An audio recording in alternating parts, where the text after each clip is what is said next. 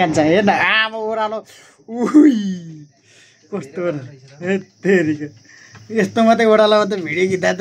या यस्तो दामी देखेको कि दुईजना मात्रै जाँदा जता हल्लियो नि भयो यस्तो रमाइलो भएको हो कि ओ माई गड सिसा होइन रहेछ नि फाइबर हो सिसा होइन नि सिसा नभजा न एकछिन यहाँ भिडियो बनाएको यस्तो ओह्रालोमा फाइनली हामी के भन्छ अरे हिमालमा गएको जस्तै बेस क्याम्प 1 बेस क्याम्प 2 भन्छ नि त्यस्तै बेस क्याम्प उसमा पुगिसक्यो काउन्टरमा एकदम रमाइलो ठाउँमा पुग्यो तर आज फाइनल्ली चाहिँ एउटा के समस्या भएदेखि चाहिँ एउटा इस्यु चाहिँ के थियो भने चाहिँ हल्का कुहिरो लागेर चाहिँ भ्यू चाहिँ राम्रोसँग यताउता दिन सकेको थिएन सो माथि गएर भ्युटरमा गएर पनि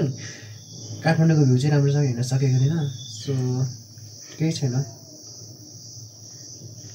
सो फो भन्न ए हेर्न ऊ चाहिँ के भन्छ अरे कटुस फलेको हेर्नु कस्तो अग्लो हुन पनि डेन्जर रहेछ नि त यार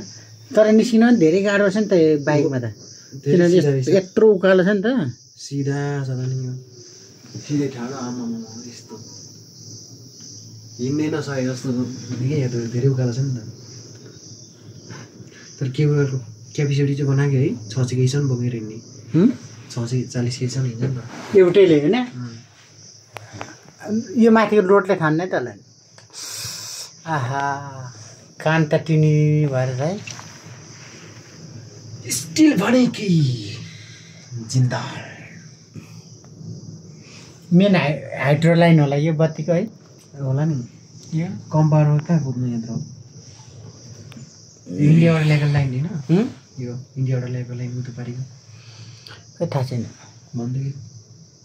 कति ढिलो हिँडेको है हिँड्न पनि म्याक्सिमम् 20-25 मिनट लाग्ने छ है लाग्छ 15-20 मिनट त्यो जस्तो मान्छे त्यहाँ चढेको त्यही अनुसारले नि आउँछ है क्या यो त त्यही भएर रहेछ क्या त यो 5 नम्बर यो 5 नम्बरको परेछ हिजो मैले पावर ब्याङ्क चार्ज गरेर सुतेको अस्मिताले अफ गरेपछि मलाई थाहै भएन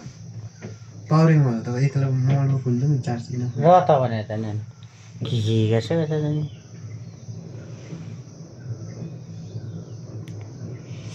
आहा